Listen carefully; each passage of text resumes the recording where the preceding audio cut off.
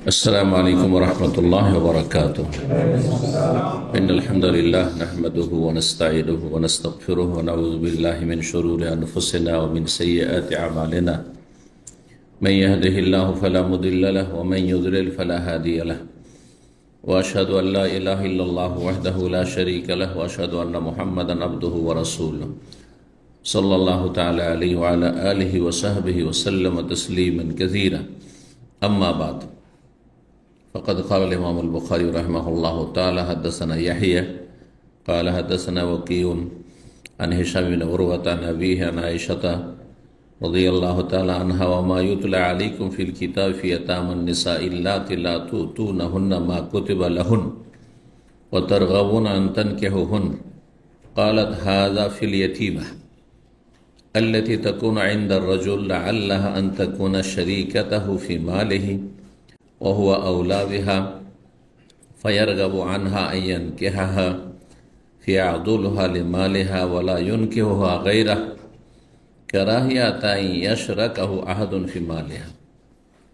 সম্মানিত ভাতৃমণ্ডলী, আল্লাহ রাব্বুল আলামিনের প্রশংসা এবং প্রিয় নবী সাল্লাল্লাহু আলাইহি সাল্লামের উপর সালাত ও সালামের পর আজ সোমবার 7ই জিলকাদ 1446 হিজরি মোতাবেক 5ই মে 2025 আমাদের ধারাবাহিক আলোচনা সহিহুল বুখারীর বিবাহ পর্ব নম্বর 12, অধ্যায় নম্বর 37। গত সপ্তাহে আমরা সেখানে একটি হাদিস এবং অধ্যায়ে যে বিষয়টি রয়েছে যে বিনা ওলিতে বিবাহ জায়েজ নয়, বিবাহ হয় না, এর দলিল হিসাবে 3টি আয়াত নিয়ে এসেছেন ইমাম বুখারী রাহিমাহুল্লাহ। তাহলে কোরআনে কারীমে প্রমাণ করে যে বিনা ওলিতে কোর্ট ম্যারেজ অথবা ছেলে মেয়ে উধাও হয়ে গিয়ে বিয়ে, মেয়ের ওলি ছাড়া বিয়ে হয় না, যতই বিয়ে পড়াক না কেন, বাতিল। এই বিষয় সম্পর্কে একটি লম্বা হাদিস আমরা পড়েছি, আর বাকি তারপরে আরও 3টি হাদিস রয়েছে এই অধ্যায়। তাহলে বিষয়বস্তু হচ্ছে লা নিকাহা ইল্লা বিওলি, ওলি ছাড়া বিয়ে হয় না, কোনো বিয়েই নেই, বিয়ে নেই মানে বিয়ের কোনো অস্তিত্বই নেই। হাদিস নম্বর 5128 আয়েশা রাদিয়াল্লাহু তাআলা আনহা থেকে বর্ণিত, তিনি বলেন: ওমা ইউতলা আলাইকুম ফিল কিতাবে ফি ইয়াতামান নিসা। মহান আল্লাহ রাব্বুল আলামিন কোরআনে কারীমে সূরা নিসা আয়াত নম্বর 127 ইরশাদ করেছেন ইয়েতিম মেয়েদের সম্পর্কে, যেসব মেয়েরা নাবালিকা অবস্থায় বাবাকে হারিয়েছে, তারপরে সাবালিকা হয়েছে, যে অভিভাবকের তত্ত্বাবধানে ছিল, দেখাশোনা করত, সে অভিভাবক যদি দেখে যে দুনিয়ার স্বার্থ আছে, এটা অনেক সময় হয়ে থাকে, স্বার্থটা মানুষ নিজের স্বার্থটা বড় করে দেখে, কোনখানে লাভ আছে। অধিকাংশ লোকের অবস্থা ব্যতিক্রম, অল্প কিছু মানুষ ভালো মানুষ, আর ভালো মানুষের সংখ্যা খুবই কম সব যুগে। তো এই আয়াতের তাফসীর সম্পর্কে মা আয়েশা রাদিয়াল্লাহু তাআলা আনহা তার বোনের ছেলে উরওয়া ইবনে জুবাইর রাদিয়াল্লাহু তাআলা আনহুমাকে বলছেন যে আল্লাহ বলছেন ওমা ইউতলা আলাইকুম ফিল কিতাব, আর তোমাদের উদ্দেশ্যে যে তিলাওয়াত করা হয়েছে, মানে আল্লাহ রাব্বুল আলামিন নাজিল করেছেন, তিলাওয়াতের ব্যবস্থা করা হয়েছে, মানে কোরআন আয়াত নাজিল করা হয়েছে। ফিল কিতাব, কোরআনে কারীমে, মহাগ্রন্থ আল কোরআন, আল কিতাব, আল কিতাব মানে মহাগ্রন্থ। আল কোরআনে যে তিলাওয়াত করা হচ্ছে কিসের ব্যাপারে? ফি ইয়াতামান নিসা, ইয়েতিম মেয়েদের ক্ষেত্রে, ইয়েতিম নারীদের ক্ষেত্রে। আল্লাতি লা তুতুনাহুন্না মা কুতিবা লাহুন্না, যেসব ইয়েতিম মেয়েদের তোমরা অভিভাবক হওয়ার সুবাদে তাদেরকে তোমরা দিতে চাও না যা তাদের ন্যায্য অধিকার আল্লাহর পক্ষ থেকে লিখনিত রয়েছে, মানে সচরাচর যে মোহর রয়েছে, মোহরের পরিমাণ, সেই পরিমাণ মোহর দিতে চাও না, কারণ নিজের বাড়িতে মেয়েটা মানুষ হয়েছে, এর আগে বিষয়টা আলোচনা করেছি। সুতরাং আপনার ওপর থেকে আপত্তি করতে পারবে না যে মোহর এত কেন কম, মোহর দিলে কি দিলেন না, নিজের ঘরেই মেয়ে আছে, বড় হয়েছে ছোট থেকে, আর মেয়েটাও লজ্জায় কিছু বলতে পারবে না, অথবা বুঝেও না বিষয়টি, ভাবে এই তো আমার সব কিছু, বাবা তো নেই আমার। তো তাদের জন্য যার নির্ধারিত, মানে যেটা সমাজে প্রচলিত মোহর, সেটা তোমরা দিতে চাও না। ও তার গাবুন আন্তান কে হুন, আর তোমরা তাদের বিয়ে করার ক্ষেত্রে আন্তান তার গাবুনার দুটো অর্থ, দুটোই তাফসীর এখানে হইতে পারে। একটি হচ্ছে তার গাবুনা ফি, এখানে উজ্জ্ব আছে, তাহলে রাগেবা ফি মানে তোমরা তাদের বিয়ের ক্ষেত্রে আগ্রহী কিন্তু ন্যায্য মোহর দিতে চাও না, এটি তাফসীর।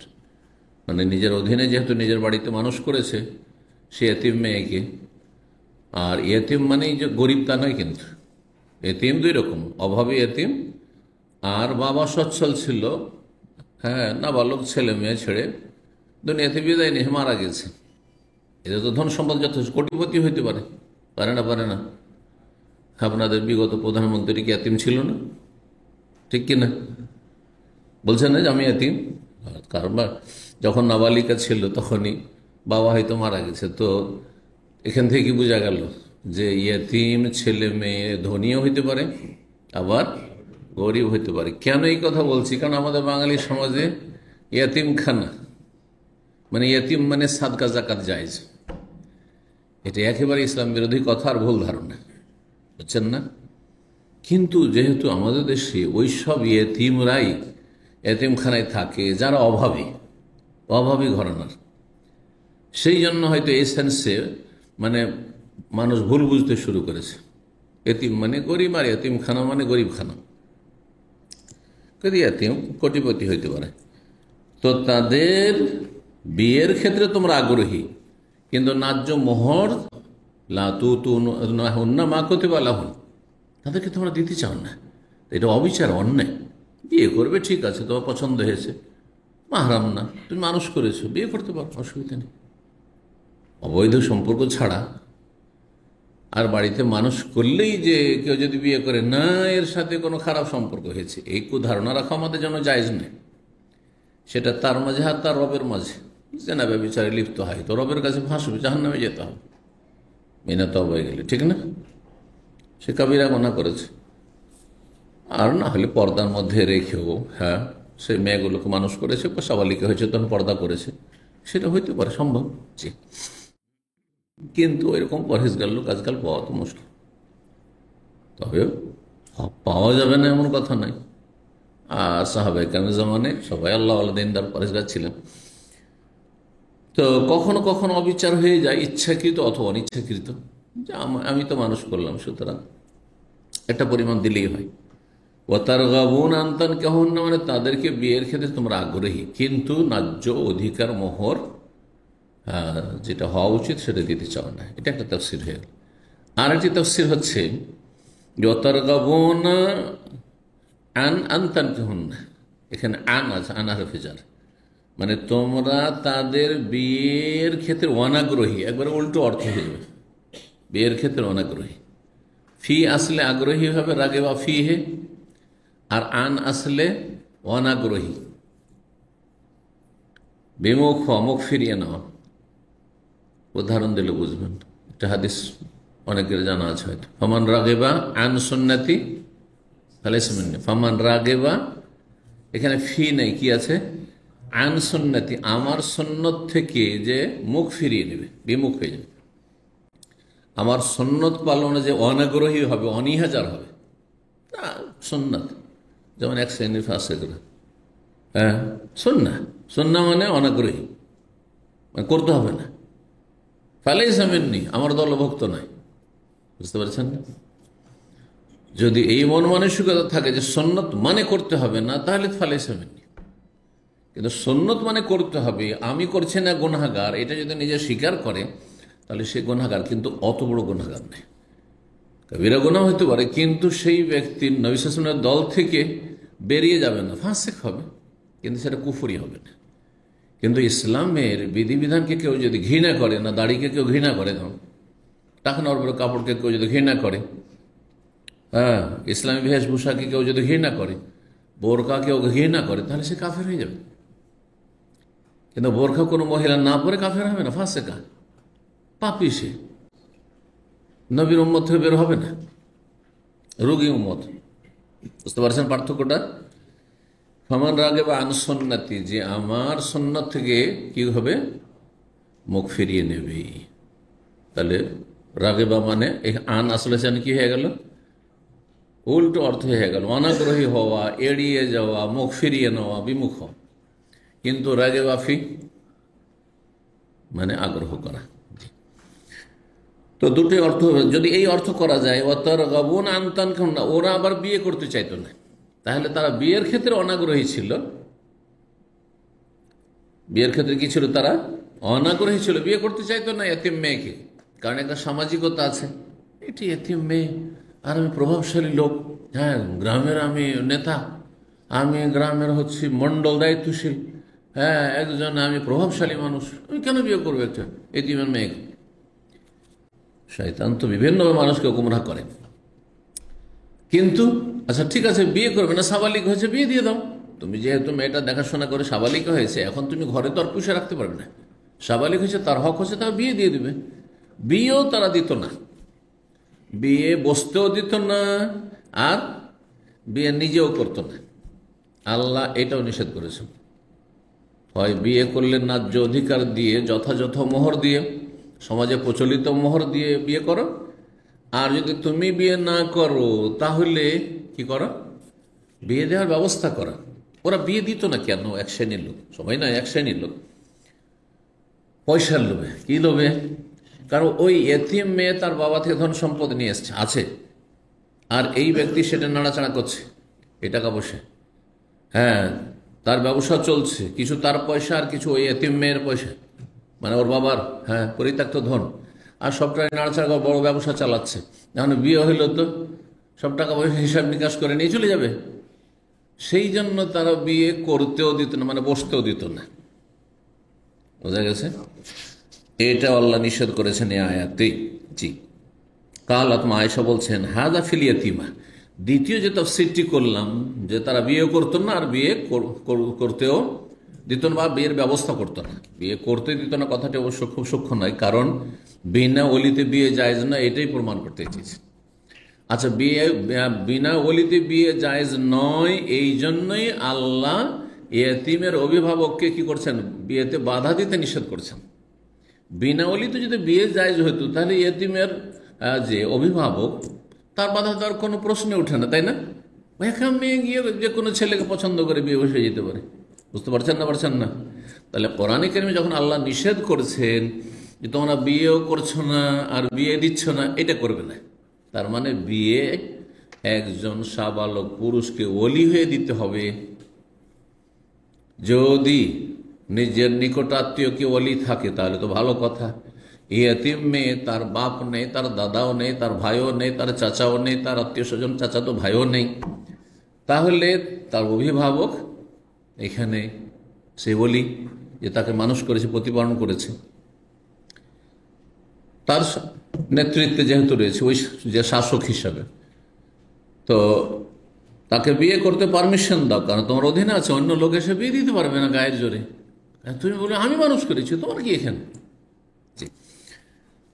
তো বলছেন আয়েশা, এই বিষয়টি নাজেল হয়েছে ফিল ইয়াতিমা, ইয়াতিম কন্যা সম্পর্কে, আল্লাতি তাকুন ইনদার রাজুল, যেই ইয়াতিম মেয়েটি কোন পুরুষ অভিভাবকের কাছে সে প্রতিপালন হচ্ছিল, লাআল্লাহান তাকুনা শারীকাতাহু, আর এরও সম্ভাবনা ছিল যে সেই মেয়েটির যেহেতু বাবার থেকে ধন সম্পদ পেয়েছে, সেই মেয়েটি তার পার্টনার শরীক ছিল ফি মালি, ধন সম্পদে, মানে ব্যবসা বাণিজ্য দুজনের পয়সায় চলছে, অভিভাবক আর ওই এতিম মেয়ে।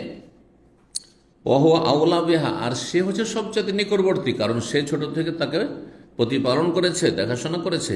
ফায়ার গাবু আনহা, এই যে ইয়ার গাবু আনহা, সুতরাং সে অনাগ্রহে বিয়ে করতে, মেয়েটি সুন্দরী না, আবার এতিম মেয়েটি যে সুন্দরী হতো, আবার ওখানে করতো কি, সুন্দরী হলে বিয়ে করে নিত, সুন্দরী নয় বিয়ে করবে না, তো অন্য কেউ বিয়ে করবে।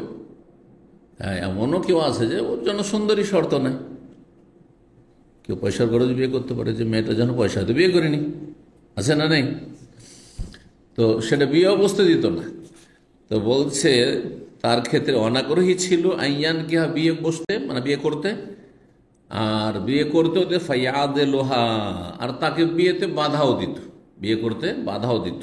কেন বাধা দিত? লেমা লেহা, যেহেতু তার ধন সম্পদ আছে, টাকা পয়সাগুলি বেরিয়ে চলে যাবে, অনেক চাচা আছে, অনেক মামা আছে, যে এতিম মেয়ের, হ্যাঁ, যে মেয়েটিকে দেখাশোনা করছে ওই মামা অথবা চাচা বিয়ে হইতে দেয়নি, কারণ টাকা পয়সা নাড়াচাড়া করছি, হ্যাঁ, নয় ছয় করছে, খাচ্ছে, আমোদ ফুর্তি করছে এতিম মেয়ের টাকা নিয়ে।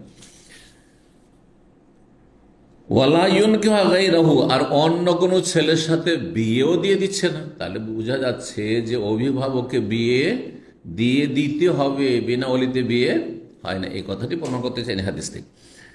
কেন সে বিয়ে দিচ্ছে? নিজেও বিয়ে করছেন না, আবার অন্য জায়গায় বিয়ে করতেও দিচ্ছে না। কেন? কারাহিয়াতা, এই বিষয়টিকে অপছন্দ করে, মানে সে মেনে নিতে পারছে না, আহাদুন ফি মালিহা, যে সেই এতিম মেয়েটির ধন সম্পদে অন্য কেউ শিয়ার বসিয়ে দিক, শরীক হয়ে যাক, নিয়ে যাক। এই জন্য তাহলে এই হাদিস থেকে আমরা যেটা জানলাম যে এতিম মেয়ের ক্ষেত্রে দুটো খারাপ আচরণ ছিল।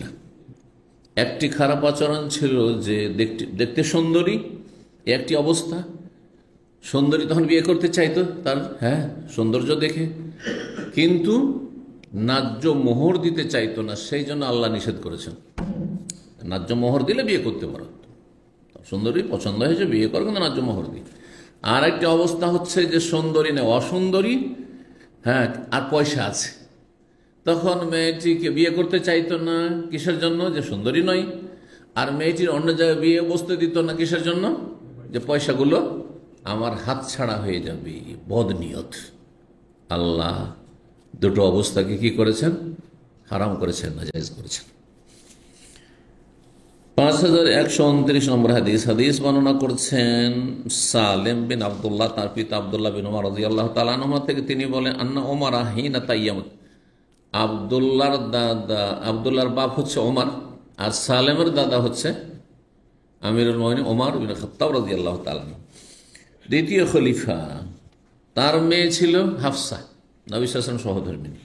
হাদিসের আগে গিয়েছে কিন্তু, হিনা তাইয়ামাত হাফসা, তো যখন হাফসা বিনতে ওমর কি হলেন? বিধবা হইলেন, স্বামী মারা গিয়েছিল। কার থেকে বিধবান? মিন ইবনে হোজাফা সাহমি, আব্দুল্লাহ বিন হোজাফা সাহমি, হ্যাঁ, এ যখন মারা গেল স্বামী। ওকান মিন আসহাবিন নবী সাল্লাল্লাহু আলাইহি ওয়াসাল্লাম মিন আহলে বদর, আর এই ব্যক্তি মানে ওমরের জামাই, হাফসার স্বামী, এটা হচ্ছে শুদ্ধ বাংলা। আর আপনাদের আঞ্চলিক বাংলা হচ্ছে আমার মেয়ের জামাই। মেয়ের জামাই কোনো বাংলাই নাই, ডিকশনারিতে খুঁজে পাবেন না। এবার বুঝতে পারছেন না? শুদ্ধ বাংলা শিখেন, আর আঞ্চলিক বলেন, অসুবিধা নেই, আপনি বুঝবেন, আপনার অঞ্চলের লোকেরা বুঝবে। কিন্তু আপনি যখন বই লিখবেন বা বক্তব্য করবেন, তখন মেয়ের জামাই, এটা উচিত নয় আপনার, কারণ আপনার ভাষা সবাই শুনছে, আপনার অঞ্চলের লোক শুধু আপনার লেকচার শুনছে না বা আপনার বই পড়ছে না। কথা বলছেন না? বুঝছেন না? হ্যাঁ, না বুঝেন না? মানে জবরদস্তি বোঝাচ্ছি মনে হচ্ছে। আপনাকে সবাই মেয়ের জামাই বলেন নাকি সব অঞ্চলে? হ্যাঁ, কি বলেন আপনারা? কি মেয়ের জামাই? ভুল পরিভাষা, আঞ্চলিক। হ্যাঁ, আঞ্চলিক, আরবদের মধ্যে মেলা ভুল আছে ওইরকম। জি হ্যাঁ, যেমন তুফিয়া করা বললে তাওয়াফা, তাওয়াফা মানে মেরে দিয়েছে না, মারা গেছে, তো তুফিয়া হবে, ভুল বলে এরা, মেলা বলে এদের মধ্যে আছে। তো আঞ্চলিকতা সব ভাষাতে ভুল আছে। জি, আঞ্চলিক ভাষার ঊর্ধ্বে কথা বলার চেষ্টা করতে হবে। জি, শুদ্ধ বাংলা তো অন্তত পড়েছেন তো, যে আপনার জামাই না আপনার মেয়ের জামাই? আপনার মেয়ের তার স্বামী কোনটা? আপনার মেয়ের জামাই যখন এটা হইল, তা আপনার মেয়ের স্বামী কোনটা? উত্তর দেন, যে ওইটাই না? এবার বোঝা গেছে? হ্যাঁ। তো এক কথায়, আপনি ঘরোয়া পরিবেশে যখন গল্প করবেন আপনার স্বামী স্ত্রী মা বাবার সাথে, তখন খুব মেয়ের জামাই বলেন, কিন্তু বক্তব্য করছেন অথবা আপনি বই লিখছেন, তখন খবরদারির এই কাজ করবেন না। জি, এই জন্য আজকাল ফেসবুকে দেখবেন হাস্যকর বানান লিখ, নিজের এলাকায় যদি হানি বলে তো হানি লিখছে, হ্যাঁ, হালা বলে তো হালাই লিখছে, আস্তাগফিরুল্লাহ, এমন এমন ভাষা লিখছে, কে ফ লিখছে, আর ক কে খ লিখছে, খ কে ক, হ্যাঁ কি কোন, হ্যাঁ হ্যাঁ।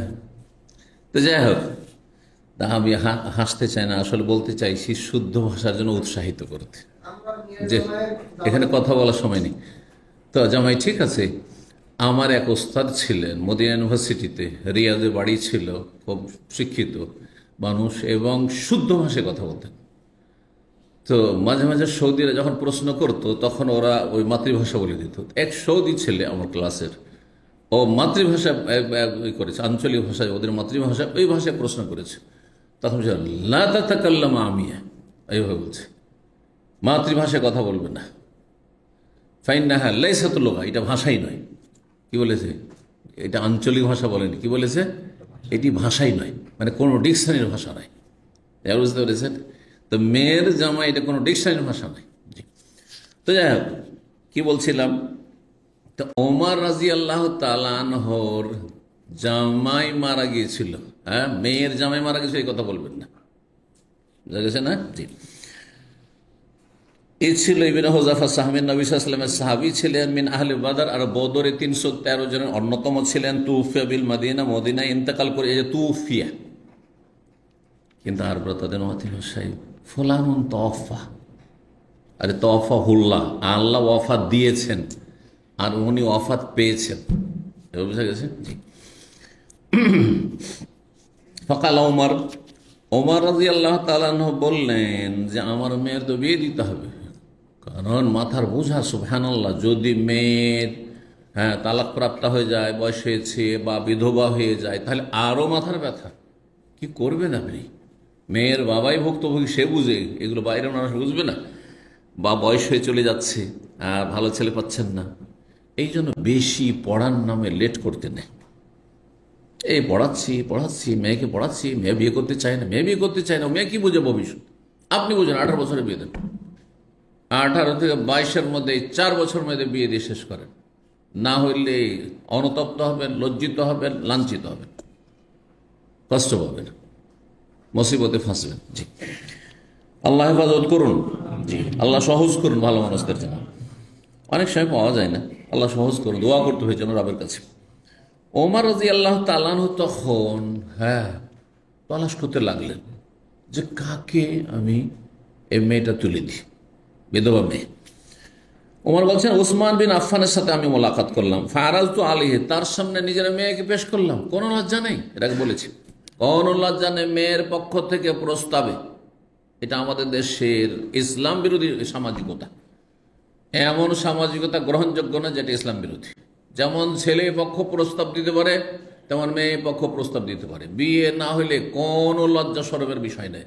ও যেমন মান সম্মান চলে গেল, বললাম একটা কথা রাখলো না, না জরুরি নয়, রাখবে, কোনো মাইন্ড করবেন না, এটা ইসলাম। জি, ফাকুলতু, তখন আমি বললাম, ইনশিতা আনকাহতুকা হাফসা, ওসমান তুমি যদি চাও তো হাফসার তোমার সাথে বিয়ে দিয়ে দিচ্ছি। ফাঁকাল, তখন তিনি সরাসরি আনুজরফি আমরি, আচ্ছা বিষয়টি নিয়ে আমি চিন্তা করি, 2-1 দিন সময় দেন। ফালাবেস্ত লাইয়ালিয়া, বলছেন ওমর, ফালাবেস্ত সুম্মা লাকিয়ানি ফাকাল বাদালি আল্লাহ আতাজাউমি হাযা ফালাবেস্ত, উসমান বলছেন যে আমি কয়েক রাত পার করলাম, চিন্তা ভাবনা যে বিয়ে করবো না, স্ত্রী আছে। তাহলে বোঝা গেল যে শুধু স্ত্রী না থাকলে বিয়ে করবে এমন কথা নয়। হ্যাঁ, আজ যে লোক অবিবাহিত তাকেই শুধু জামাইয়ের জন্য খুঁজবেন। যদি দেখেন যে আমার মেয়েকে যদি অবিবাহিত খুঁজতে থাকি, অথচ আপনার মেয়ে তালাক প্রাপ্ত, আপনার মেয়ে বিধবা, আপনার মেয়ের 35 বছর বয়স হয়েছে, 30 পার হয়ে গেছে, আর বলছেন না না না এখন আমি কি চাই, কুমার ছেলে চাই, অবিবাহিত ছেলে চাই, কোথায় পাবেন আপনি? তো বলছেন কয়েক রাত আমি এইভাবে অবস্থান করলাম, সুম্মা লাকিয়ানি, তারপর আমার সাথে সাক্ষাৎ করলেন ওমর, দেখা হইল। ফাকাল, তারপরে বলছেন বাদালি, উসমান বলছেন আমার জন্য যে বিষয়টি এখন সুস্পষ্ট, আল্লাহ তাজাওয়াজা ইয়াউমি হাযা, এই সময়কালে আমি আর বিয়ে করব না। ফাকাল ওমর, ওমর বলছে ফালাকিতাহু, তারপর আবু বকরের কাছে গেলাম, যে উসমান তো রাজি হলো না, তো দেখি সিনিয়র সাহাবী তাহলে আবু বকর, তাকে দেখি। ফাকুল, তো তাকে বলেন, ইনশিয়াতা, তুমি যদি আনকাহতুকা হাফসার তোমার বিয়ে দিয়ে দিই, কিন্তু তিনি ওই হাও বলেনি, নাও বলেনি, নীরব থেকে গেছিলেন, তাতে বেশি মনে কষ্ট পেয়েছিলেন। লম্বা হাদিসের আগে চলে গেছে। আর তারপরে আবু বকর পরে বললেন যে ঘটনায় আসলে এরকম ছিল। পরে কার সাথে বিয়ে হইল? নবী সাল্লাল্লাহু আলাইহি ওয়াসাল্লাম নিজে যখন ইদ্যত পার হয়েছেন, নবী সাল্লাল্লাহু আলাইহি ওয়াসাল্লাম পয়গাম দিলেন, বিয়ে হইল। জি। তো অনেক সময় কোনো জায়গা থেকে বিয়ে নাকচ হলে আপনি মনক্ষুণ্ণ রাগ করছেন, আল্লাহ এর চাইতে ভালো রেখেছেন আপনার জন্য। এটা কেন বিশ্বাস হয় না? এটা বাস্তব ঘটনা। এটা কেন ওসমানের চাইতে, আবু বকরের চাইতে শ্রেষ্ঠ রাসূল হলো না? হ্যাঁ, তাহলে তা কোনো জায়গা থেকে যদি না হয়ে যাবে তো মন খারাপ করলে হয়তো আর পাবেন না আপনি, অথবা আল্লাহর একটা বালা মুসিবত আসবে। কেন মন খারাপ করলে? আমার ফয়সালাতে তকদিরে কেন মন খারাপ করলে তুমি? কিন্তু যদি আপনি সবর করেন যে আল্লাহ, যখন এইখানে যেখানে আমি চেষ্টা করলাম বা যেখানে ভালো মনে করছিলাম না হয়ে গেল, আল্লাহ তুমি এতেই হয়তো কল্যাণ রেখেছো, আমাকে কল্যাণ দাও, যেমন চাইবেন আল্লাহ তেমন দেবেন। এই হাদিসে এটাও মাসলা ইস্তেমাত হয় যে কোনো কিছু ছুটে গেলে যদি আল্লাহর ওপর ঈমান আর তাওয়াক্কুল আর ধৈর্য থাকে, তাহলে কি হবে? আল্লাহ উত্তম বিকল্প দেবেন, উত্তম বিকল্প দেবেন। 5130 নম্বর হাদিস। হাদিস বর্ণনা করছেন হাসান রাদিয়াল্লাহু তাআলা قال فلا تعضلهن قال حدثني معقل بن يسار انها نزلت في।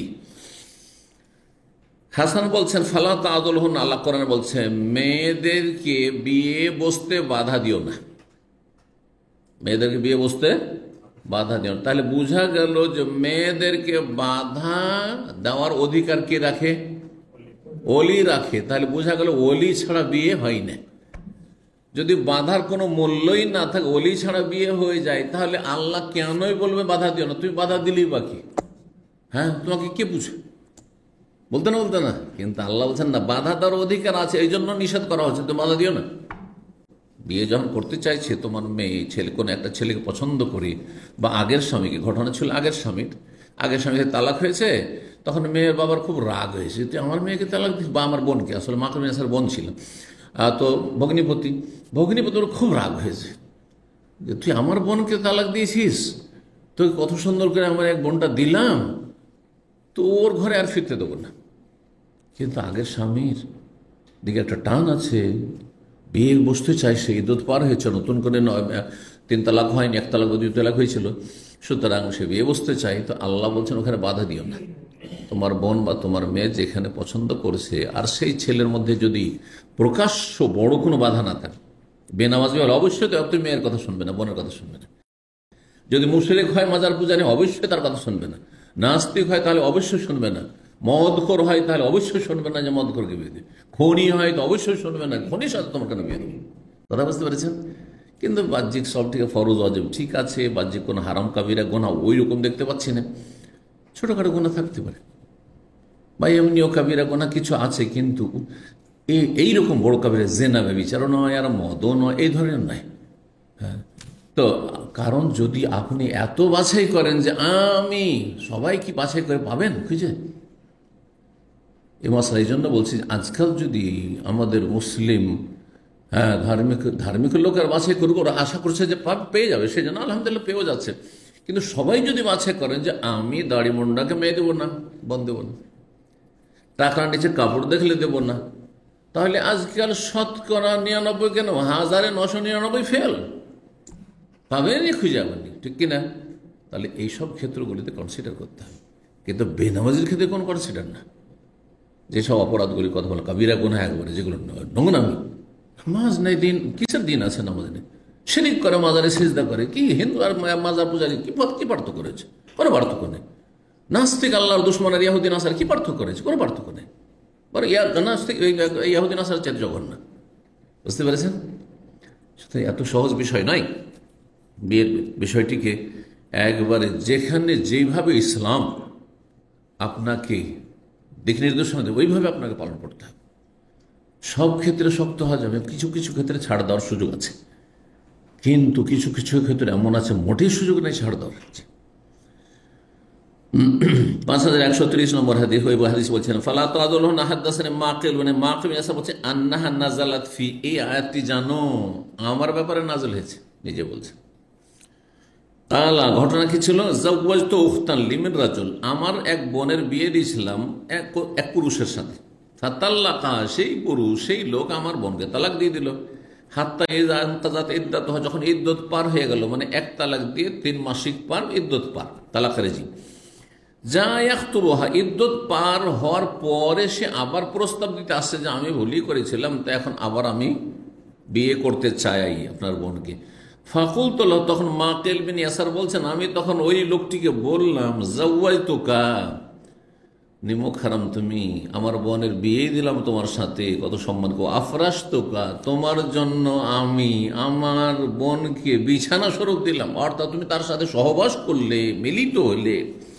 ও আকরামতুকা, তোমাকে সম্মান করলাম, মান সম্মান দিলাম আমার পরিবারে।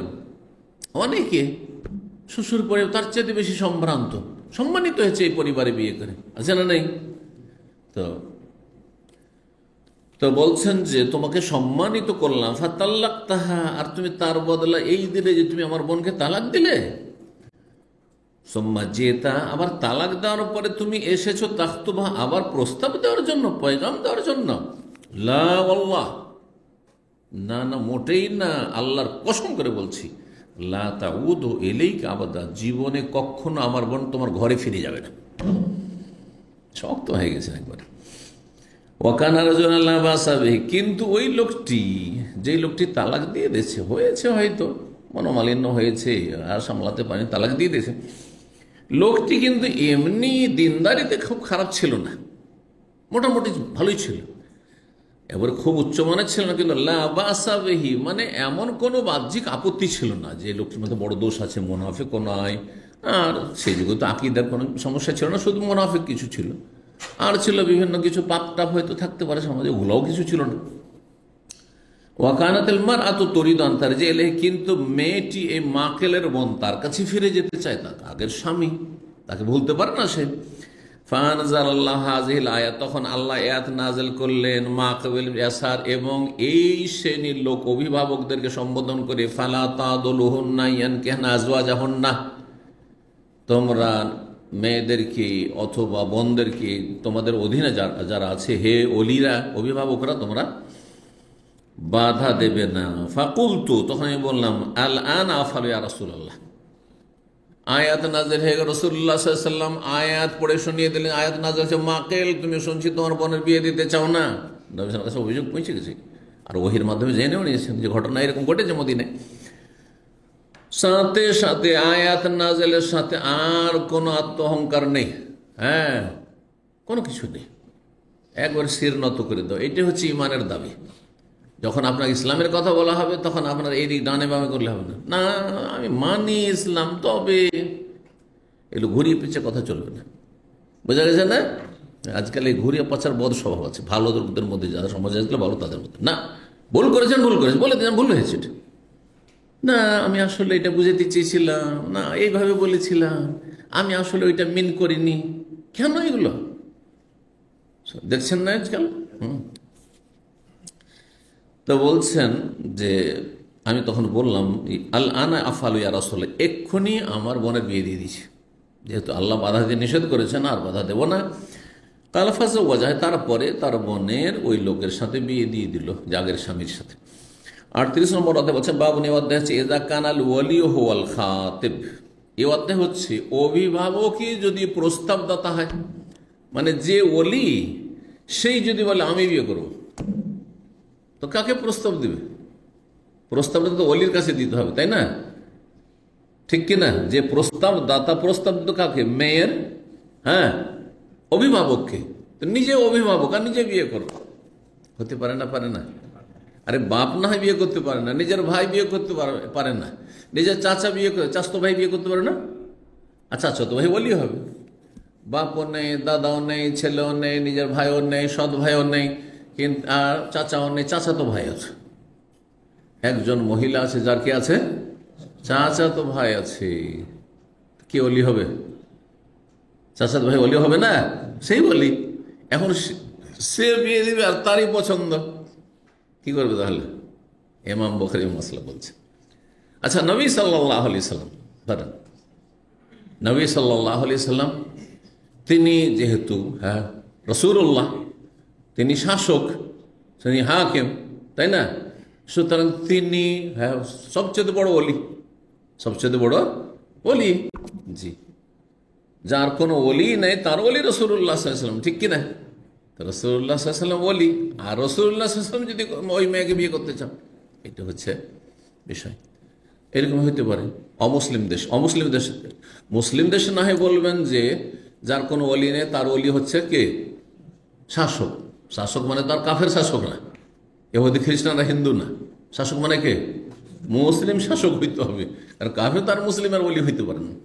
তো ধরেন ইউরোপ, আমেরিকা অথবা অমুসলিম দেশে বসবাস করে কোনো মেয়ে, এখন তার কেউ নেই মেয়ের, কি ওলি হবে? দেখি একটু ব্রেন ঘোরান, ফতুয়াই কি ওলি হবে?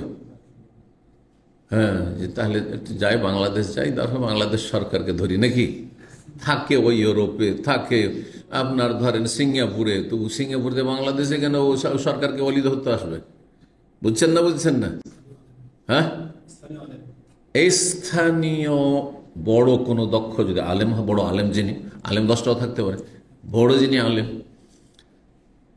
অথবা ধরেন ইউরোপ আমেরিকাতে বড় আলেম নেই হয়তো ধরেন, কিন্তু মসজিদের একজন ইমাম আছেন, সেই মসজিদেরই মুসল্লিয়েরা, সেই মহল্লায় বাস করে সে মেয়ে, তাহলে সেই মসজিদের ইমাম বিয়ে দিতে পারে। সে হচ্ছে শাসক ওখানকার, কারণ ধর্মীয় সমাধান তার কাছ থেকে নিতে হচ্ছে। জি, এটা হচ্ছে সমাধান। জি,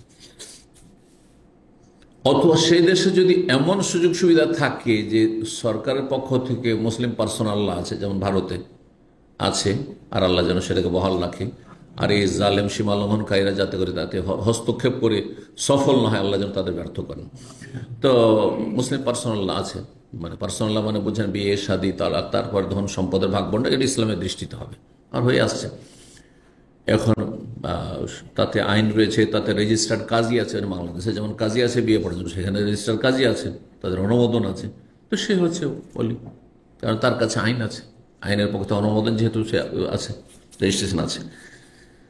তো ওলি যদি পেগাম দাতা হয়, এখানে দুই একটা ঘটনা সাহাবায়ে কেরামদের বর্ণনা করেছেন। বলছেন ওয়াখাতাবাল মুগীরা বিন শুবা ইমরাতান, মুগীরা বিন শুবা প্রখ্যাত সাহাবী, তিনি একজন মহিলাকে পেগাম দিলেন, প্রস্তাব দিলেন বিয়ের জন্য, আর ওই মহিলা তার নিকটাত্মীয় ছিল। হুয়া আউলান নাস বিহা, আর সমস্ত মানুষদের মাঝে সে সবচাইতে বেশি নিকটাত্মীয় ছিল। নিকট আত্মীয়, আবার সেই বিয়ে করতে চায়। যেমন একটা উদাহরণ দিলাম যে চাচাতো ভাই বোনের সম্পর্ক। জি, ফামারা রাজুল, এখন কি করবে তাহলে? নিজে ওলি আর নিজে বিয়ে করছে, তাহলে সরাসরি মেয়েটাকে বললো যে আমি তোমাকে বিয়ে করলাম, এরকম কবুলটা কি করবে? কারণ সেই ওলি, ওলির পক্ষ থেকে ইজাব, তো বিয়ে দিলাম আর আমি বিয়ে করলাম, তো একই লোক ওই কথা বলবেন নাকি? ওইটা না করে কি করলেন তিনি? সাহাবীর আমল এটি। তাহলে ফামারা রাজুলান, কোন একজন ব্যক্তিকে বললেন, তাহলে ওকিল বানিয়ে দিলেন তাকে। এটাকে ওকিল বানানো হয়, বলা হয় কি বলা হয়? আমি কাজটি না করে অন্যকে দিয়ে করালাম। জি, ফামারা রাজুলান, কোন এক ব্যক্তিকে নির্দেশ দিলেন যে তুমি এই মেয়েটির আমার সাথে বিয়ে পড়িয়ে দাও। আমি বলি, আর আমি যেহেতু বিয়ে করব, তো তুমি আমার হয়ে, আমার পক্ষ থেকে তুমি অথরাইজ হয়ে, ওকিল হয়ে কি করো, মেয়েটির আমার সাথে তুমি ওলি জানো, আর আমি বিয়ে করছি। তাহলে আমি কবুল করলাম বলবো, আর তুমি বলবে তুমি কবুল করলে এই মেয়েটিকে। এবার বোঝা গেছে? আব্দুর রহমান বিন আওফ রাদিয়াল্লাহু তাআলা, প্রখ্যাত সাহাবী, আশরা মুবাশশারা 10 জন যে জান্নাতের সুসংবাদ প্রাপ্ত সাহাবী, হাদিসে রয়েছে তার অন্যতম। তিনি উম্মে হাকিম বিনতে কারেজের মেয়ে উম্মে হাকিমকে বললেন যে তাতাজা আলীনা আমরাকে ইলাইয়া, তুমি তোমার বিয়ের বিষয়টি আমার ওপর ন্যস্ত করছো কি, মানে আমাকে তুমি কি অথরাইজ করছো? তাহলে কোন মেয়ে অথরাইজ করতে পারে কাউকে? কিভাবে? ধরেন একজন মেয়ে, এখানে একজন মুরব্বী দেখেন, মুরব্বী দাড়ি সাদা মুরব্বী, ওর নিজের কেউ ইয়ে নেই, কি নেই, নিজের কোনো অভিভাবক নেই, তো তখন সে মেয়েটি বলল যে আমি আপনাকে আমার দায়িত্বশীল বানিয়ে দিলাম, আপনি ভালো ছেলে দেখে আমার বিয়েটা দিয়ে দেন, বা অমুকের সাথে আমার বিয়েটা দিয়ে দেন। এই যে তফিজ করে দাও। আর যদি অলি থাকে, অলি হয়তো দূরে আছে অথবা নিজে হয়তো পারছে না, শয্যাশায়ী হইতে পারে, আমার মেয়েটির বিয়ে আপনি পড়িয়ে দেন। কিন্তু আমাদের দেশে মজলিসে বাপ হাজির, আবার তারপরে বলে হ্যাঁ যে আমার বিয়েটা আপনারা পড়িয়ে দেন, আর তারপরে ওখানে আবার উকিল ধরা হয়, উকিল বাপ, আর তারপরে ওকে পাঠানো হয় মেয়েটা কবুল করার জন্য। ওইগুলো বেদাত। যখন জীবন্ত অলি মজুদ রয়েছে তাহলে এখানে অলির কি বা প্রয়োজন, কথা বোঝা গেছে? কিন্তু যখন প্রয়োজন হবে কথা, তো উম্মে হাকিমকে বললেন যে তুমি তোমার বিয়ের বিষয়টি কি আমার উপর ছেড়ে দিচ্ছ, মানে আমাকে কি তুমি দায়িত্বশীল বানিয়ে দিচ্ছ? কালাত, মেয়েটি বলে হ্যাঁ, আপনি যেখানে ইচ্ছা যার সাথে ইচ্ছা বিয়ে দিয়ে দিতে পারেন আমার। তো ফাকালা, তখন তিনি বলেন কাদ তাজাওয়াজতুকি, তাহলে আমি তোমাকে বিয়ে করে নিলাম। হ্যাঁ, কিন্তু আজকাল যদি আপনাদের সাধারণ মানুষকে এভাবে ছেড়ে দেওয়া হয় যে ঠিক আছে কোন একটা মেয়েকে কোন রকম করে লাইনঘাট করে ওকে রাজি করে নেব, হ্যাঁ তুমি আমাকে দায়িত্ব দিচ্ছ না বিয়ের মধ্যে, হ্যাঁ তাহলে আর কাউকে বলার দরকারটা কি, আমি তোমাকে বিয়ে করে নিলাম, বিয়ে হয়ে যাবে। হ্যাঁ, সাক্ষী থাকতে হবে, সাক্ষী থাকতে হবে, সাক্ষী ছাড়া বিয়ে হয় না। সাক্ষী কয়জন লাগবে? কমপক্ষে 2 জন সাক্ষী লাগবে, কমপক্ষে। আর যদি বিয়ের মজলিসে আরো 10 জন আছে তো অসুবিধা নেই, সবাই সাক্ষী, যে যারা শুনছে সবাই সাক্ষী। ওর মধ্যে নাম নির্ধারণ করেন আর না করেন, কাগজ কলম করার জন্য আজকাল লেখার জন্য সাইন নিতে হবে 2 জনের, সেই জন্য ওই নাম নির্ধারণ করতে হচ্ছে। না হলে ধরেন এতগুলি লোক বসে আছেন আর এখানে একটা বিয়ে আমি পড়িয়ে দিলাম আর সাক্ষী নির্ধারণ করলাম না, আপনার সবাই সাক্ষী, শুনলেন দেখলেন আপনার সবাই সাক্ষী। যেমন রাস্তাঘাটে মারামারি হচ্ছে আর তারপর সাক্ষী দিচ্ছেন না, কিন্তু ওখানে কি যে 2 জন মারামারি করছে বা একজন মার খেলো, ও কি বলে যে তোমরা 2 জন সাক্ষী থাকো নাকি? যারা দেখেছে সবাইকে বলে ভাই তোমরা সাক্ষী দাও আমার পক্ষে, আমি মার খেয়েছি, আমাকে মেরেছি, অন্যায় করেছি, ঠিক কিনা? একই রকম বিষয় বিয়ের বিষয়টি আর দুনিয়ার ঝগড়া বিবাদ সব একই বিষয়। কিন্তু সাক্ষী ওই জন্য নির্ধারণ করতে হবে, এটা কোনো ফরজ কাজ না। বা সাক্ষী থাকলে হইল, লুকিয়ে বিয়ে চলবে না, লুকিয়ে বিয়ে জানা, কারণ গ্রামের লোক জানেই না, 2 জন লোকও জানে না যে বিয়ে হয়েছে। হ্যাঁ, গ্রামবাসী জানেন না। আর কারো মেয়েকে নিয়ে যদি হঠাৎ করে আপনি বেরিয়ে ঘোরাঘুরি করেন আর যে জানতে পারে যেটা অমুকের মেয়ে, আর এই ছেলেটা যেটা বাইরের ছেলে ঘোরাঘুরি করছে দেখছে, লাগাই, হ্যাঁ চলবে গণপিটুনি, আবার পাইকারি হারে, চলবে না, চলবে না, জীবন চলে যেতে পারে। হ্যাঁ, সুতরাং এরকম গোপন বিয়ে জায়েজ নাই। আজকাল কলেজ ইউনিভার্সিটির কিছু মেয়ে, কারণ আমার কাছে মাসলাগুলি যখন আসে ভুক্তভোগীদের, গোপনে 4 বছর আগে বিয়ে করে ফেলেছে, ও বাপ মা কেউ জানে না। আমার কিসের জন্য বলছে, আমরা গুনাহ থেকে বাঁচার জন্য, যে ব্যভিচার হয়ে যাচ্ছে, তো এই ব্যভিচার থেকে বাঁচার জন্য আমরা লুকিয়ে লুকিয়ে বিয়ে করে নিয়েছি। আমি তোমাকে বিয়ে করলাম, তুমি আমাকে বিয়ে করলে, হারাম, এ বিয়ে হয়নি। কথা বোঝা গেছে? ওলি থাকতে হবে, সাক্ষী থাকতে হবে। লা নিকাহা ইল্লা বিওয়ালিয়িন ওয়া শাহিদাই আদলিন, নবী সাল্লাল্লাহু আলাইহি ওয়াসাল্লামের একটি হাদিস রয়েছে, ওলি ছাড়া বিয়ে হয় না, আর 2 জন ভালো মানুষ নাই পরায়ণ সাক্ষী ছাড়া বিয়ে হয় না। আর শুধু ওলি দিয়ে বিয়ে হয় না, মেয়ের বাবা জানলো, মেয়েটা জানলো, আর ওই ছেলেটা জানলো, আর কেউ জানে না, গ্রামের বিয়ে হবে না। 2 জন সাক্ষী কমপক্ষে থাকতে হবে। আর না হলে ভরা মজলিস বসে থাকতে হবে, সবাই সাক্ষী, এলান হইতে হবে। এলান হয়ে ঘোষণা হয়েছে, গোটা গ্রাম জানেন, গোটা গ্রামের লোক সাক্ষী যে হ্যাঁ অমুকের অমুক ছেলের অমুক মেয়ের সাথে বিয়ে হয়েছে, তো আমরা সবাই জানি, তো এটি সাক্ষী। জি, তো বলছেন যে হ্যাঁ তোমাকে দায়িত্ব দিয়ে দিলাম। তখন আব্দুর রহমান বিন আওফ বলেন তাহলে আমি তোমাকে বিয়ে করলাম। ওয়াকাল আতা, এই যে ইমাম আতা বলছেন, কিন্তু একটা মেয়ে যখন কাউকে অথরাইজ করলো যে আপনাকে আমার বিয়ের দায়িত্ব দিয়ে দিলাম, আপনি যার সাথে বিয়ে আমার বিয়ে দিয়ে দেন, আর শুধু বললেন আমি বিয়ে করে নিলাম, এতটা যথেষ্ট না, অসম্পূর্ণ কথা। কি করতে হবে? ইমাম আতা মক্কার প্রখ্যাত তাবেঈ ছিলেন, বড় আলেম ছিলেন, তো অবশ্যই যেন সাক্ষী রাখে। তার সাথে কি করবে? যে এই মেয়ে আমাকে ওলি বানিয়েছে, হ্যাঁ দায়িত্ব দিয়েছে, বা এই মেয়ের নিকটাত্মীয় আমি, আর আমার মাহারাম আমি ওর নয়, সেই সুতরাং আমি তাকে বিয়ে করব, তাহলে দুজন তোমরা সাক্ষী থাকো কমপক্ষে, অথবা মজলিসে করতে হবে। কি সাক্ষী রাখবে? যে আন্নি কাদ নাকাহ, তোকে আমি তোমাকে বিয়ে করলাম। বিয়ের সময় যখন বিয়েটা করছে ওই সময় সাক্ষী থাকতে হবে। আউল্লাহ ইয়ামুর রাজুলান মিন আশিরাতে, অথবা ওই মেয়েটির বংশের কাউকে বলবে যে তুমি আমার বিয়েটি, যেহেতু আমাকে মেয়েটি দায়িত্ব দিয়েছে, উকিল বানিয়েছে, যে আপনি যাকে চয়েস করবে তাকে বিয়ে করুন। ধরেন একজন ভালো আলেম, আর তার উপর আস্থা ভরসা আছে যে আমার খুব হিতাকাঙ্ক্ষী, আর আমার নিকটাত্মীয় আমার বাপ আমার দাদা কেউ নেই, দূরের আছে, এরা অত হিতাকাঙ্ক্ষী না। অনেক অংশে আছে কেউ হিতাকাঙ্ক্ষী নয়, চাচারা হিংসুক, অথবা চাচাতো ভাইরা হিংসুক, শত্রু, সম্পর্ক নেই, অথবা বেদিন, এরা কোথায় গিয়ে ফাঁসিয়ে দেবে, বেদিন বেনামাজিকে দিয়ে দিবে। একজন ভালো আলেম, আমি আল্লাহর হস্তে আপনাকে পছন্দ করি, আপনার আস্থা আছে, আপনি আমার বিয়েটা ভালো ছেলে দেখে দিয়ে দিন, লিখে দায়িত্ব দিলে। এখন তার জন্য বিয়ে করা হালাল, সে যদি বিয়ে করে তো সাক্ষী রাখতে হবে, এই না যে বিয়ে করে চলবে। অথবা কি বলবে, সেই বিয়ে করতে চাই, তাহলে ওই বংশের দূরের যারা আছে তাকে বলবে যে দেখো, এ আমাকে দায়িত্ব দিয়ে রেখেছে বিয়ের জন্য, যে কোনো ভালো মানুষ, আর আমি বিয়ে করতে চাই, আর সেও রাজি আছে, সুতরাং তুমি ওই বংশের মেয়ের বংশের তুমি এই বিয়েটা করিয়ে দাও। ওয়াকাল সাহলুন, সাহল ইবনে সাদ আনসারী রাদিয়াল্লাহু তাআলা আনহু যে প্রসিদ্ধ হাদিস বর্ণনা করেছেন, যে হাদিসটি বারবার করে এসেছেন, নবী সাল্লাল্লাহু আলাইহি ওয়াসাল্লাম একজন সাহাবী মহিলা এসে নিজেকে কি করলো, উৎসর্গ করলো। কালাত ইমরাতুন লিন-নবী, নবী সাল্লাল্লাহু আলাইহি ওয়াসাল্লামকে এসে জনৈক মহিলা বলল, আহাবু লাকা নাফসি, আমি নিজেকে আপনার জন্য কি করছি, সমর্পণ করছি আপনার উদ্দেশ্যে। ফাকালারা, জনৈক ব্যক্তি বললেন, নবী সাল্লাল্লাহু আলাইহি ওয়াসাল্লাম যখন বিয়ে করতে ইচ্ছুক হলেন না, ইয়া রাসূল ইল্লাম তাকুন লাকা বিহা হাজা, যদি আপনার প্রয়োজন না থাকে তো আমার বিয়েটা দিয়ে দেন।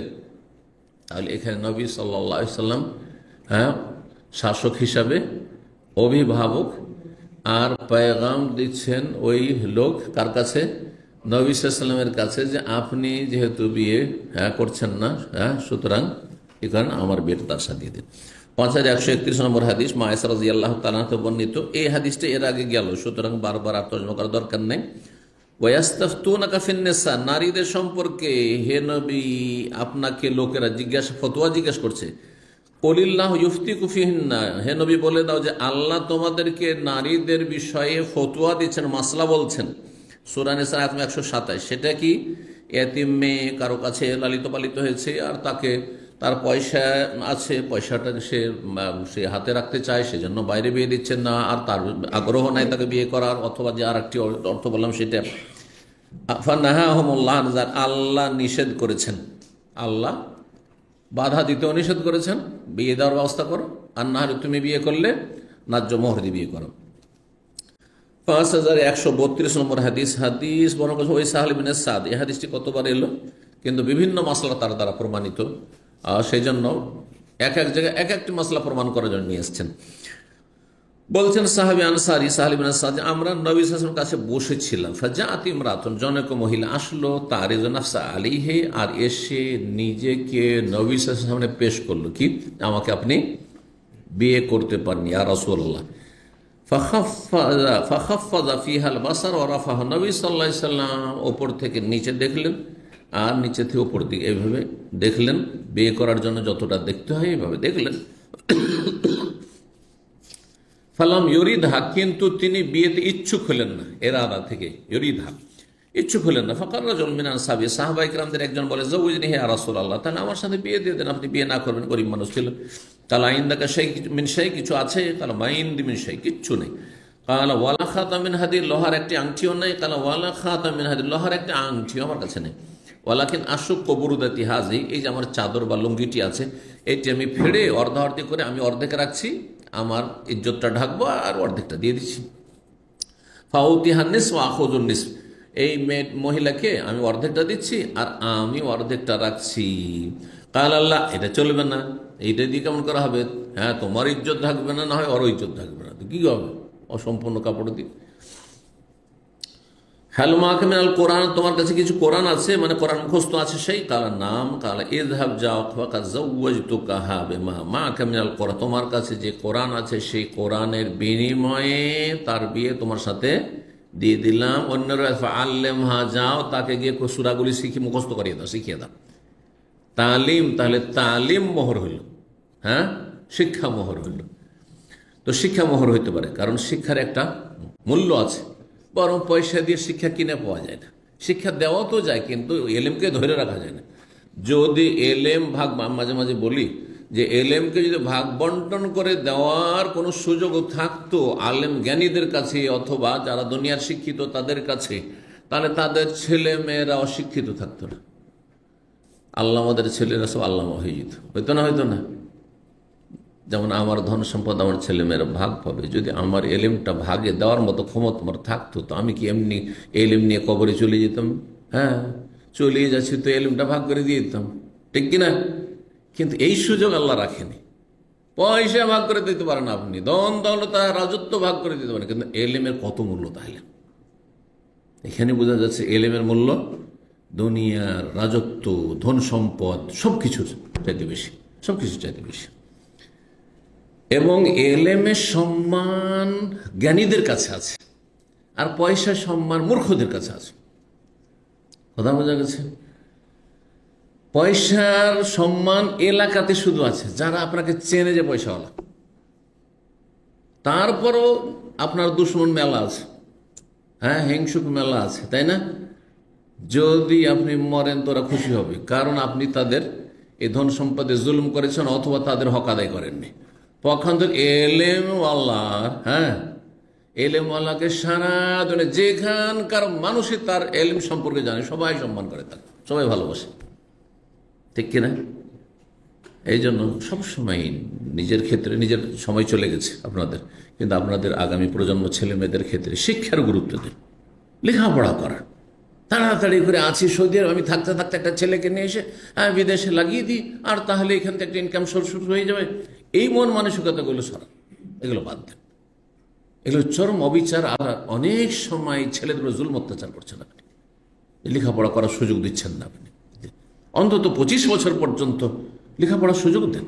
জি, যদি আপনার একেবারে অভাব না থাকে, হ্যাঁ, নিরুপায়, পারছি না, সেটা ভিন্ন বিষয়, সেটা ভিন্ন বিষয় যে আমি আর সংসার চালাতে পারছি না, তখন আপনার 18 বছর পরে আপনি আপনার ছেলেকে কাজে লাগান, সমস্যা নেই। জি, তো এই ছিল হাদিস।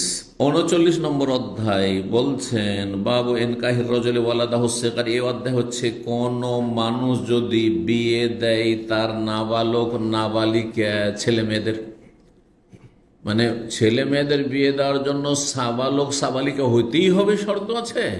যেমন আজকালকার সরকারদের মানবরচিত বিধানে বলছে, ইসলাম বিরোধী বিধানে বলছে, নাকি ইসলামে নাবালক ছেলে মেয়েদের বিয়ে দিতে পারে? 18 বছরের নিচে বিয়ে দিলে, হ্যাঁ, কি হবে বলেন? ইন্ডিয়া হোক আর বাংলাদেশ, ইন্ডিয়া তো না হয় সেকুলার দেশ, নামে সেকুলার, কাজে আর কিছু, কিন্তু কথা হচ্ছে যে বাংলাদেশ, হ্যাঁ, বাংলাদেশ বলছে না, আমরা বলছি আমরা 90% মুসলিম দেশ। পাকিস্তান, হ্যাঁ, মুসলিম দেশ, ইসলামের নামে সে পাকিস্তান হয়েছে, ঠিক কিনা? এসব দেশও 18 বছর নিচে কোন ছেলে মেয়ের যদি বিয়ে দিয়ে দেন, তাহলে মা বাবা সবকে জেলখানায় যেতে হবে, যেতে হবে না? এটা ইসলামের সাথে সাংঘর্ষিক, হারাম, জায়েজ নাই। কোন মুসলিম শাসকের জন্য এরকম আইন দেশে রাখা জায়েজ নাই। ইমাম বুখারী সেটাই বলছেন এখানে, নাবালক ছেলে মেয়েদের অভিভাবক বিয়ে দিতে পারে। আমার নাবালক ছেলে আছে, আমি আমার শখ যে আমি বিয়ে দিয়ে চলে যাবো, 12 বছরের ছেলে আমি বিয়ে দিয়ে চলে যাবো, 14 বছরের ছেলে বিয়ে দেবো। সাহাবায়ে কেরাম বিবাহিত না? হ্যাঁ, 11 বছরে আমর ইবনে আসের বয়স যখন 11 বছর বা 12 বছর, তখন ওর ছেলে আবদুল্লাহ হয়ে গেছে। আবদুল্লাহ বিন আমর, বাপ বেটাতে 11 অথবা 12 বছরের পার্থক্য। 11 বছর বয়সে বিয়ে করেছে আমর ইবনে আস, আর 12 বছর বয়সে ছেলে হয়ে গেছে, হইতে পারে। জি, সবার শারীরিক গঠন একরকম নয়, আর আরব দেশ গরম দেশ। জি, অল্প বয়সে 10-11 বছরে 12 বছরে সাবালক হয়ে যেতে পারে। জি, সমাদোষ হয়ে যেতে পারে। মেয়েদের ক্ষেত্রে মেয়েদের নাবালিকা বিয়ে অহরহ হিন্দু সমাজে ছিল। বেশি আগের কথা বলছি না, ওই রবীন্দ্রনাথ ঠাকুরের যুগ বলছি না, রবীন্দ্রনাথ ঠাকুরের গোটা বংশে দেখেন, তার স্ত্রী দেখেন, সকলে নাবালিকা ছিল। তাদের বায়োডাটা পড়ে দেখেন। আজকাল আলহামদুলিল্লাহ এগুলো আসছে সোশ্যাল মিডিয়াতে, যারা শিক্ষিত মানুষ পড়ছে এগুলো তাদের খণ্ডনে যে বলতে পারে যে তোমাদের ঘরে তো নাবালিকা 6 বছর 5 বছর 7 বছর মেয়েদের বিয়ে তাদের মধ্যে ছিল অহরহ। আমি প্রাইমারি স্কুলে আজকের থেকে কত বছর আগে বলবো তাহলে, যদি তখন 12-13 বছর বয়স থাকে তাহলে, মোটামুটি 48 বছর আগে, 47-48 বছর আগে, সেই সময় আমার গ্রামের হিন্দু মেয়ে ক্লাস 2-এ পড়তো, বিয়ে হয়ে যায় আর স্বামীর ঘরে যেত। আর তারপরে আমাদের সাথে 3 পর্যন্ত পড়ে, তারপরে তখন বেশ বালিকা হয়ে উঠে গেল, আর তারপরে বিয়ে সংসার করা শুরু করল। ক্লাস 2-এ কত বয়স হয়? 12 বছর 11 বছর এরকম বয়স ছিল, 11 বছর 12 বছর 13 বছর, এগুলো আমরা দেখেছি। কথা হচ্ছে, আচ্ছা তারপরে বিয়ে যদি করে নাবালিকা বা বিয়ে দেয় যদি নাবালিকার, তাহলে চরম অপরাধ করে দিল। কিন্তু জেনা করছে, প্রাইমারি থেকে প্রেম খেলা শুরু হয়ে যাচ্ছে, হাই স্কুলে তো চলছেই চলছে, আর কলেজ ইউনিভার্সিটি গেলে তো বলতেই হবে না, তখন তো ফুল ফ্রি, সব জায়েজ হয়ে যায়, ঠিক না?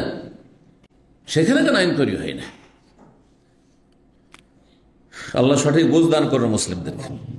এইরকম মুসলিম, এই কোয়ালিটির মুসলিম দিয়ে ইহুদিদের সাথে লড়াই হবে, আবার জিতবো আর জেহাদ করব, এগুলো করে লাভ নাই। আগে নিজের ঘরে সংশোধন করেন, নিজের ঘরে সংশোধন করেন, নিজের আকীদা সংশোধন করেন, নিজের আখলাক সংশোধন করেন, নিজের ইমান ইসলামে সংশোধন করেন। ইমান ভঙ্গকারী কেউ যদি বলে যে না এটা অপরাধ, বিয়ে দেওয়া চলবে না, ইসলামের সাথে সাংঘর্ষিক কথা। এরকম বহু আইন রয়েছে। আজকাল তো নারী পুরুষ সমান করে জমি জায়গা ভাগ দেওয়ার অপপ্রয়াস চলছে, শয়তানি চক্রান্ত চলছে। কাফেররা কিছু লোককে ভাড়া করে রেখেছে এইসব কাজ করার জন্য। এগুলোর নাম মুনাফিক। মুসলিম সমাজের মুনাফিকগুলোকে খরিদ করে রেখেছে। এগুলো হচ্ছে কৃতদাস তাদের, এই পশ্চিমাদের কৃতদাস। সেসব দেশের নোংরামিগুলো মুসলিম দেশে চাপিয়ে দিতে চায়। সুতরাং নারী স্বাধীনতা, কি নারী কমিশন না কি বলা হচ্ছে, এই প্রস্তাব, এগুলো আমাদের প্রস্তাব, এগুলো হচ্ছে স্পষ্ট কুফরি কথা, যেগুলো ইসলামের সাথে সাংঘর্ষিক। নারীদেরকে ইসলামে যতটা সম্মান দিয়েছে, এতটা সম্মান পৃথিবীর কোনো আইনও দেয়নি, আর কোনো ধর্ম দেয়নি। জি, এ হচ্ছে দ্বীন-ই ইসলাম। জি, তো কথা হচ্ছে যে ফিরে আসি ইমাম বুখারীর অধ্যায়। ইমাম বুখারী কি বলতে চাইছেন? তাহলে কোন পুরুষ বিয়ে দিতে পারে, অভিভাবক, ওয়ালাদাহু সেগার, তার নাবালক নাবালিকাদের, ছেলে মেয়েদের। জি, ওয়ালাদ ছেলে মেয়ে দুটো কি বলে, আর সেগার সগীর বহুজন সগীরাতুন, ছেলে হোক অথবা মেয়ে হোক। কেন? লিকাউলিল্লাহি তাআলা, মহান আল্লাহ বলছেন ওয়াল্লাই লাম ইয়াহিজনা, তালাক যদি হয় তো তালাকের বিভিন্ন ইদ্দত আল্লাহ বর্ণনা করেছেন। তার মধ্যে যেসব মেয়েদের বিয়ে হয়েছে কিন্তু মাসিক হয়নি, মাসিক হয়নি তো নাবালিকা না সাবালিকা? তার মানে মাসিক হওয়ার আগেই বিয়ে হয়েছে, তাহলে নাবালিকা অবস্থায় বিয়ে দেওয়া ইসলাম সমর্থন করে, ইসলাম বিরোধী নয়। ওয়াল্লাহি ইয়াইসনা মিনাল মাহিদ, যেসব মেয়ে মহিলাদের মাসিক হয়ে বন্ধ হয়ে গেছে, তার মানে এমন বয়সে পৌঁছেছে যে মাসিক বন্ধ হয়ে গেছে, অর্থাৎ 50, মোটামুটি 50, 48-50 গেলে মহিলাদের কি হয়, মাসিক বন্ধ হয়ে যায়। তাহলে তার ইদ্দত কি হবে? 3 মাস। আর ওয়াল্লাহি লাম ইয়াহিদিন, আর যেসব মহিলাদের বা মেয়েদের এখনো মাসিক হয়নি, তাদেরকে যদি তোমরা তালাক দাও, তাহলে কতদিন ইদ্দত কাটবে? সালাসাত আশহুর, ফাইদ্দাতুহুন্না সালাসাত আশহুর, 3 মাস। তাহলে বোঝা গেল যে নাবালিকাদের তালাক হলে 3 মাস যখন ইদ্দত, তাহলে বোঝা নাবালিকার তালাক কখন হবে? বিয়ে হইলে না তালাক হবে। বুঝতে পারছেন না দলিলটি? সুতরাং কোরআনের আলোকে নাবালিকাদের বিয়ে জায়েজ। জি, এক লোক বিয়ে করেছে কোন একটি দেশে, বিদেশ প্রবাসে, আর তারপরে এমবেসিতে গেছে তার ওয়াইফের নাম তার পাসপোর্টে উঠানোর জন্য, মানে অ্যাড করার জন্য। এত ছোট নয়, 16 অথবা 17, 16 বছর বয়স হয়েছে তখন। সে সরাসরি নিজে আমাকে ঘটনা বর্ণনা করেছে। 16 বছর বয়স হয়েছে, এমবেসিতে গিয়েছে। তারপরে তার কাগজপত্র কি কাজে আসছেন, বলছে যে এই যে আমার ওয়াইফ বিয়ে করেছি, তো আমি ডকুমেন্ট এগুলো আমার বিয়ের ম্যারেজ সার্টিফিকেট আমি আমার পাসপোর্টে তার নামে অ্যাড করার জন্য। তো বলছে আপনাকে এক্ষুনি অ্যারেস্ট করা হবে। কি বলছে? 16 বছর মেয়েটির বয়স আর স্ত্রীর, বলছে এক্ষুনি আপনাকে অ্যারেস্ট করা হবে। ভয় এসে কাঁপতে শুরু হয়েছে, বলছে আমি তো কাঁপছি। হ্যাঁ হ্যাঁ, বেশিতে বসে অফিসারের সামনে, কি হলো স্যার, কি হলো স্যার? আরে তোমাকে এক্ষুনি অ্যারেস্ট করা হবে, কি মনে করো তুমি? আর তার উপরে তখন সে সরি টরি করে, কি হয়েছে, তুমি নাবালিকা কেন বিয়ে করেছো, নাবালিকা কেন বিয়ে করেছো? আর তারপরেতে তার কাছ থেকে বন্ড লিখে নিয়েছে যে তুমি 18 বছর আগে বাচ্চা নিতে পারবে না অন্তত। তুমি যেহেতু মুসলিম দেশে এখানে আছো, এমবেসিতে, মানে সৌদি আরবের এমবেসিতে, সৌদি আরবে এখানে অন্য দেশের এমবেসি, বুঝতে পারছেন না? তো এখানে তো আর ওই সব না করে ওকে একটু ভয়টয় দেখিয়ে দিয়ে তারপরে বলছে তুমি বন্ড লিখো যে 18 বছর আগে তুমি বাচ্চা নিতে পারবে না। বুঝতে পারছেন এলা অবস্থা? ইসলাম বিরোধী। 16 বছরের মেয়ে, 12 বছর 13 বছর উদা হয়ে, হ্যাঁ, দেশের এক প্রান্ত আর এক প্রান্ত পালিয়ে চলে যাচ্ছে, যাচ্ছে না? ঘটনা দেখেন না? আর 16 বছরে এখনো বিয়ের যোগ্য হয়নি, আপনি অপরাধ করে দিয়েছেন। তো বলছেন সূরা তালাকের আয়াত নম্বর 4-এ, ফাজালা ইদ্দাতাহা সালাসাত আশহুর ক্বাবলাল বুলুগ, বলছে সাবালিকা হওয়ার আগে যদি তালাক হয় কোনো মেয়ের, তাহলে তার ইদ্দত আল্লাহ কত বলেছেন? 3 মাস বলেছেন। 5133 নম্বর হাদিস, মা আয়েশা রাদিয়াল্লাহু তাআলা আনহা বলেন, আন্নান নবী তাযাওয়াজাহা, নবী সাল্লাল্লাহু আলাইহি ওয়াসাল্লাম মা আয়েশাকে বিয়ে করেছেন, ওয়াহা বিনতু সিত্তিস, তখন 6 বছর বয়স ছিল। তাহলে 6 বছর বয়সে বিয়ে 1400 বছর আগে নবী সাল্লাল্লাহু আলাইহি ওয়াসাল্লাম করেছেন, তাই না? আর রবীন্দ্রনাথ ঠাকুরের জামানা হচ্ছে আপনার কতদিন আগে? হ্যাঁ, 100-100 বছর। হ্যাঁ, এই সময়টাই, এই সময়টা ইংরেজ আমলে, সেই যুগে 6 বছর 7 বছরে তাদের পরিবারে বিয়ে হইত। আর বাচ্চা 2টো 4টা নয়, মোটামুটি 10টা বাচ্চা হইত, তারও বেশি হইতো, 12টা 13টা 14টা বাচ্চা হইত। জি। তো উদখিলাত আলাইহি, আর মায়েশাকে নবী সাল্লাল্লাহু আলাইহি ওয়াসাল্লামের ঘরে উঠিয়ে দেওয়া হয়েছে, মানে বাসর করানো হয়েছে। ওয়াহিয়া বিনতু তিসিন, তখন 9 বছর বয়স। তো 9 বছরে সাবালিকা হয়েছে। সাবালিকা, নাবালিকা অবস্থায় বিয়ে হয়েছে, আর সাবালিকা না হওয়ার আগে তো আর বাসর হইতে পারে না। তো সাবালিকা হয়েছে 9 বছর। 9 বছরে সব মেয়ে হবে না, কিন্তু অনেক মেয়ে সাবালিকা হইতে পারে। যদি দেখা যায় 9 বছরে কোনো মেয়ের মাসিক হয়ে গেছে, তাহলে সাবালিকা হয়ে গেছে, স্বামীর কাছে যাওয়ার যোগ্য হয়েছে। আমি এখানে এক ফ্যামিলি জানতাম, ইন্ডিয়ার, আমার ঘনিষ্ঠ মানুষ ছিলেন উনি, যদি উর্দু ভাষী ছিলেন, কিন্তু ফতোয়া আমার কাছে নিতেন উনি। তো উনি হঠাৎ করে একদিন টেলিফোন করছেন যে আমার মেয়ের তো মাত্র 9 বছর বয়স আর ব্লিডিং শুরু হয়েছে, তো আমি কী করতে পারি? তাই বলে এটা মাসিক? হ্যাঁ, মাসিকের রঙই তো মনে হচ্ছে। তাহলে হ্যাঁ, মাসিক হইতে পারে, ও তো জানা নেই, সাধারণ মানুষ যদি ব্যবসা বিজনেস করে, তাহলে হ্যাঁ হইতে পারে, হতে পারে।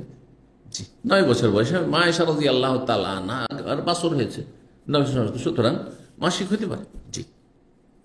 ওয়ামাকাসাত ইনদাহু তিসান, আর তারপরে বিয়ের পরে 9 বছর অবস্থান করেছেন। 9 বছর বয়সে বাসরে গিয়েছেন, আর 9 বছর তার সাথে সংসার করেছেন রাসূলুল্লাহ সাল্লাল্লাহু আলাইহি ওয়াসাল্লাম। তাহলে কত বছর বয়স ছিল তখন? ইন্তেকালের সময়, ইন্তেকালের সময়, নবী সাল্লাল্লাহু ইন্তেকালের সময় 18 বছর বয়স ছিল। 40 নম্বর অধ্যায়, এটা দিয়ে শেষ করছে। বলছেন বাবু তাজউইজিল আবি ইবনাতাহু মিনাল ইমাম, এই অধ্যায় হচ্ছে কোন বাবা যদি তার মেয়েকে শাসকের সাথে বিয়ে দেয়। এটা একটা মাসলা জানতে হবে, কারণ প্রত্যেকটা মাসলার দলিল যদি না থাকে, আর একজন ধরেন আলেম, হ্যাঁ, কোন দেশের আলেম ধরেন দেশের মুসলিম শাসকের সাথে, রাষ্ট্রপতির সাথে বিয়ে দিয়েছে, অথবা প্রধানমন্ত্রীর সাথে বিয়ে দিয়েছে, হ্যাঁ, অথবা উপদেষ্টার সাথে বিয়ে দিয়েছে, দুনিয়াদার দেখো না, দেখো না, রাষ্ট্রপতির সাথে অমুক হুজুর বিয়ে দিতে গেছে, বলতে পারে না, পারে না, না, কোনো দর্শনীয় না। ওর যদি পছন্দ হয় দিতে পারে, কিন্তু মুসলিম হইতে হবে, নাস্তিককে দেওয়া যাবে না, মুশরিককে দেওয়া যাবে না। কথা বুঝছেন না?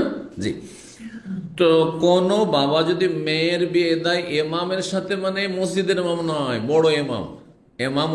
এমামত হচ্ছে 2 রকম ইসলাম, একটা হচ্ছে ইমামত উজমা কুবরা, বড় ইমামত, আর একটা হচ্ছে ক্ষুদ্র ইমামতের সুগরা, ক্ষুদ্র ইমামত। ক্ষুদ্র ইমামত কোনটি? এই মসজিদের ওই যে 8 মিনিট নামাজ পড়াবেন 4 রাকাত, অতটুকু পর্যন্ত এমাম, তারপরে এমাম নাকি? এমাম হইলে তো বসেই থাকতেন ওর পিছনে, হ্যাঁ, বা ওর পিছনে পিছনে ওর বাড়ি যেতেন, খালাস সালাম ফেরা হয়ে গেল আর এমাম শেষ। কিন্তু সরকার, আপনি যতদিন ওই দেশে আছেন আর ও যতদিন ওই রাষ্ট্রনায়ক আছে ততদিন আপনার এমাম, ঠিক কিনা? তো এমামাতে কোবরা, শাসকের সাথে বিয়ে না। ওমর রাদিয়াল্লাহু তাআলা আনহু বলছেন, খাতাবান নবী আলাইহি হাফসা, নবী সাল্লাল্লাহু আলাইহি সাল্লাম হাফসার জন্য আমার কাছে প্রস্তাব পাঠিয়েছেন। ফানকাহতু, তখন আমি তার সাথে বিয়ে দিয়েছি। তো নবী সাল্লাল্লাহু আলাইহি সাল্লাম হচ্ছেন ইমামে আজম, মানে শাসক, হ্যাঁ, মদিনার শাসক। আর ওমর রাদিয়াল্লাহু তাআলা আনহু মেয়ের বাবা, তিনি ওলি হয়ে শাসকের সাথে বিয়ে দিয়েছেন। তিনি যদি বিয়ে দিতে পারেন তো আপনিও দিতে পারেন, কিন্তু হ্যাঁ, সেই শাসক যেমন নামাজি হইতে হবে। এইটা নয় যে বেনামাজি আর নাম মুসলিম শাসক, না না না, নামাজি হইতে হবে, মাজার পূজা মুক্ত হইতে হবে, নাস্তিকতা মুক্ত হইতে হবে, কুফরি মুক্ত হইতে হবে, মুসলিম হইতে হবে প্রকাশ্যে, হ্যাঁ, নোংরামি না থাকে। কারণ খবিসের জন্য আপনার মেয়ে যদি দিনদার, আপনি যদি দিনদার মানুষ, কেন আপনি খবিসের সাথে বিয়ে দেবেন? যে চরিত্রহীন একটা জেনাকারীর সাথে মোটেই দিবেন না আপনি। কিন্তু যদি না জানা থাকে তো আপনি সন্দেহ কেন করবেন যে এরা ভোগবিলাসী, যেহেতু অনেক পয়সার মালিক? না না না, ইসলাম সন্দেহ করা নিষেধ রয়েছে। জি, এখানেই আজকের আলোচনা শেষ করি। ওয়া জাযাকুমুল্লাহু খাইরান ওয়া সাল্লাল্লাহু আলা মুহাম্মদ ওয়া আলা আলিহি ওয়া সাহবিহি আজমাইন।